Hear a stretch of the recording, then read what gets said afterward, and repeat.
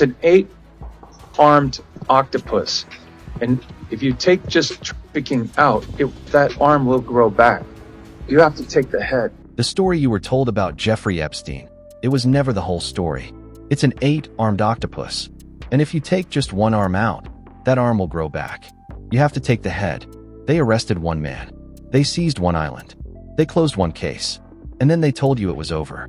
But Jim Caviezel, the man Hollywood tried to destroy for saying any of this out loud, has been screaming something that nobody in power wants trending. 850,000. That's how many children he says are missing. 850,000 children. Not historical, not past tense. Right now. And here is the part that should make your blood run cold. Epstein wasn't the operation.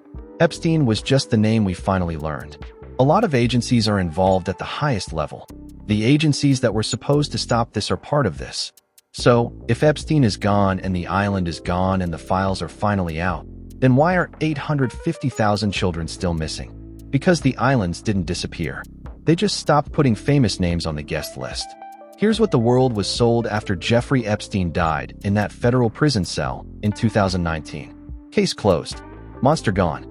System worked. They gave you a villain. They gave you an island. They gave you a name.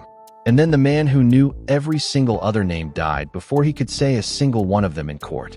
He died in federal custody in 2019 under circumstances that to this day most people don't fully believe were an accident. His cellmate was transferred the night before. The security cameras outside his cell malfunctioned simultaneously. His cellmate gone, the cameras dark, the man dead. And within weeks, the media started quietly moving on. But Jim Caviezel didn't move on because Caviezel understood something that most people were still too comfortable to accept. Epstein wasn't a predator who built a system. Epstein was a node inside a system that was already there. Think about what that means. You don't build a network of private jets, private islands, private estates, and a contact list full of presidents and billionaires alone. You don't recruit, transport, and traffic minors across international borders alone. And you certainly don't die in a maximum security federal facility under perfect, cameraless, witness-free conditions because of bad luck. This was infrastructure. This was architecture. And architecture doesn't disappear when you demolish one building. Caviezel has been saying this for years. Long before it was safe to say it. Long before 1.1 million people watched a single clip of him in under 10 hours because the world finally caught up to what he was telling us. Jim Caviezel didn't just make a film about this. He practically predicted this exact moment we're in right now. He predicted it. He got blacklisted for it. And now every single name he pointed at is showing up in federal documents. So let's talk about what those documents actually confirmed, and more importantly, what they strongly suggest is still happening right now. When the Epstein files dropped December 19th, 2025, and then a second wave on January 30th, 2026, people expected a few guilty names and a clean ending. 3 million pages, 95,000 photos, flight logs, emails, FBI documents. And what happened after that? The same thing that always happens. Cable news picked 3 names, debated them for a week, and then moved on to the next story. Most people scrolled past it. And the system, the actual breathing operational system that Epstein was just one visible piece of, kept running. Because here's the thing, nobody is saying out loud on mainstream platforms. Little St. James Epstein's Island was one location. 1. There are 700 islands in the Caribbean alone. There are private archipelagos in the Pacific. There are estates in Europe that make Epstein's properties look modest. And the billionaires, the ones with the jets, the ones with the yachts, the ones with the diplomatic immunity and the offshore accounts, and the lawyers on retainer, they didn't suddenly develop a conscience when Jeffrey Epstein stopped breathing. Caviezel has been clear about this. He's not describing a closed chapter. He's describing an ongoing operation. Children are being sucked into the deepest recesses of hell. He said that in an interview on camera with a full film crew behind him. And Hollywood told every studio and every network to make sure nobody put their name next to his. You touch this thing, you will be out. You will be done. You'd be finished in 3 years. Not asked. Told. A movie about rescuing children, and the most powerful media infrastructure on the planet was mobilized to bury it. That's not a coincidence. That's a protective response. Something threatened, felt the heat, and flinched. And when something that powerful flinches over a film about saving kids, You have to ask yourself, what exactly were they trying to protect? Let's get specific, because this is where the rumor becomes a pattern and the pattern becomes impossible to dismiss. We know from confirmed, released, federally documented records that some of the wealthiest and most powerful people on Earth were connected to Jeffrey Epstein. Not tangentially, not accidentally, repeatedly. Bill Gates, multiple documented visits over multiple years, photos at Epstein properties, an admission finally that Epstein had blackmail material on it. Gates' own words. It was foolish to associate with Epstein. It was a mistake. A mistake. A man worth over $100 billion with armies of lawyers and security teams and advisors made a mistake by repeatedly visiting a known defender's properties. Howard Lutnick, currently sitting as the United States Secretary of Commerce, publicly called Epstein gross, publicly stated he cut ties decades ago. His wife, his children by yacht to the island. The Commerce Department's official response to this. Limited interactions. He is in the United States. Prince Andrew, several hundred emails, not a couple. Several hundred. A 2010 email where Epstein is arranging dinner for him. A 2011 email after a damaging photo went public where Andrew writes, and these are his actual words, "I'm just as concerned for you. Don't worry about me. It would seem we are in this together and we'll have to rise above it. We are in it together." That's not the language of someone who was accidentally photographed near a bad person at a charity event. That's the language of partnership. And Bill Clinton in a hot tub connected to Epstein's estate in photos, with Ghislaine Maxwell, Epstein's convicted accomplice, at multiple locations on Epstein's private jet multiple times. And then when Congress opened an investigation in January 2026, both Bill and Hillary Clinton refused to testify. He doesn't remember. Now, here's the question Caviezel keeps coming back to, and it's the question that unlocks everything else. If these are the names, we know the names that made it into documents that were released after years of legal battles and political pressure. How many names didn't make it out? How many meetings happened on islands that weren't little St. James? How many flights landed on private airstrips that don't appear in any log? How many transactions happened in jurisdictions that will never cooperate with an American federal investigation? The network didn't need Epstein. Epstein was useful because he was willing to be the face of it. Now that the face is gone, the network simply operates without one.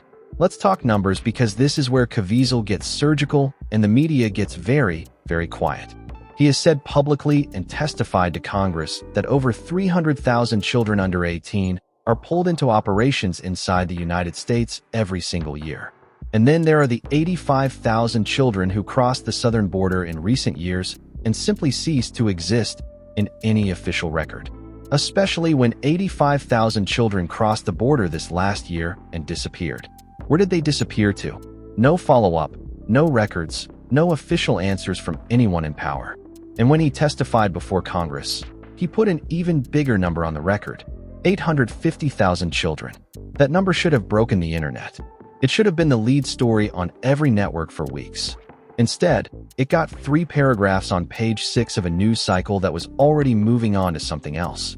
Now connect those numbers to something else Caviezel witnessed firsthand. You know, when we were down in Cartagena, the guys would come up, traffickers, and they would right in front of us ask us if we wanted Ninas or Ninos and little boys or little girls. And this happened in broad daylight in front of a film crew in a city that tourists visit on a regular afternoon. That's not a dark corner of the world. That's an open market. And open markets exist because there is demand. Epstein didn't create that demand. He serviced it. And when he died, the demand didn't die with him. The demand is the thing that has always been driving this. The islands, the jets, the blackmail, the silence, all of it is infrastructure built around the demand. And that infrastructure is still standing. He's not wrong. Because if the media were actually covering this story, not the Epstein retrospective, not the celebrity name drops, but the active, ongoing, right now version of this story, the question they'd be asking isn't who was on the island. It's where are the other islands? Here's how a network like this survives exposure. It doesn't hide in the dark. It wraps itself in the light. It puts the most trusted, most beloved, most publicly celebrated faces it can find right at the front of the operation. Not as participants necessarily, but as validators, people whose very presence makes the whole machine look safe, look humanitarian, look like the kind of thing you'd donate to. Caviezel has a name for this role. He calls it a legitimizing force. And the person he points to most often in this context is Oprah Winfrey. Now, and this needs to be said clearly, Oprah's name does not appear in the official DOJ Epstein files. What Caviezel is pointing to is not a document. It's a pattern. And the pattern is what makes this so hard to look away from. Harvey Weinstein. For decades, Oprah was his closest Hollywood ally. She introduced him to young actresses. She gave him her personal seal of approval at a time when, as we now know, dozens of women were already suffering because of what he was doing behind closed doors. John of God, a Brazilian faith healer, she promoted across multiple episodes of her show. He was later convicted of serially assaulting hundreds of women. His history could have been surfaced in an afternoon of basic research. Oprah gave him a global stage and a credibility boost that money couldn't buy. And then the school in 2007. Oprah opened a school for girls in South Africa, celebrated globally as a humanitarian triumph. Almost immediately, no transparency, no answers, a settlement behind closed doors. And then Oprah moved on the way she always moves on. There's a pivot, a philanthropy surge, a powerful speech about believing survivors, and suddenly she's not adjacent to the problem anymore. She's positioned as the solution to it. Caviezel's point isn't necessarily that Oprah is a criminal. His point is structural. A network that operates at this level with this much money, this much access, this much global reach requires legitimizers. It requires people whose names and faces make everything around them look clean. And whether those people know the full picture or not, they serve a function. They are the reason the system stays invisible. And when you understand that function, you start looking at every celebrity friendship, every philanthropic partnership, every high-profile endorsement very differently. Because the question isn't just who was on the island. The question is who made the island look normal. Caviezel has been very open about what it costs to say any of this out loud. Professional cost, he was blacklisted. The man who played Jesus in one of the highest-grossing films in cinema history couldn't get a major studio to touch his next project. Not because it was bad, because it was inconvenient. And then there's the story of Enhechi, Ellen DeGeneres' former partner. By 2022, people close to her said she had been working on a documentary, Children of the Machine, in which she was finally putting into words things she had seen, things that connect. In August 2022, she died in a single-car crash in Los Angeles. High speed, the car caught fire.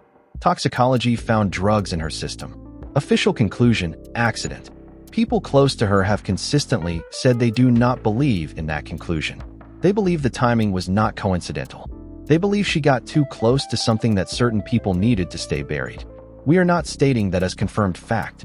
We are reporting what people close to Enhechi have said publicly, but understand the context. Epstein died in a camera-free, witness-free, cellmate-transferred federal prison cell.